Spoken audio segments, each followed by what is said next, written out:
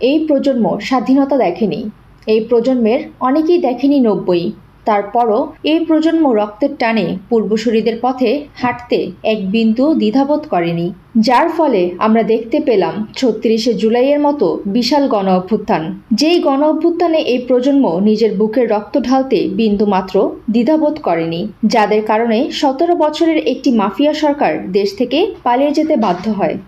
আজ আমরা সেরকম একজন জুলাই শহীদের কথা আপনাদেরকে জানাবো। জাকির হোসেন, জন্ম ৬ জুন ১৯৮৮, মৃত্যু ২১ জুলাই ২০২৪।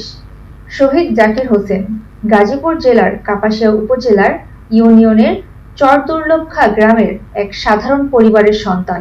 শহীদ জাকির হোসেন ১৯ জুলাই ২০২৪ তারিখে উত্তরা বিএনএস ভবনের সামনে ছাত্র জনতার গণ অভ্যুত্থানে গুলিবিদ্ধ হন।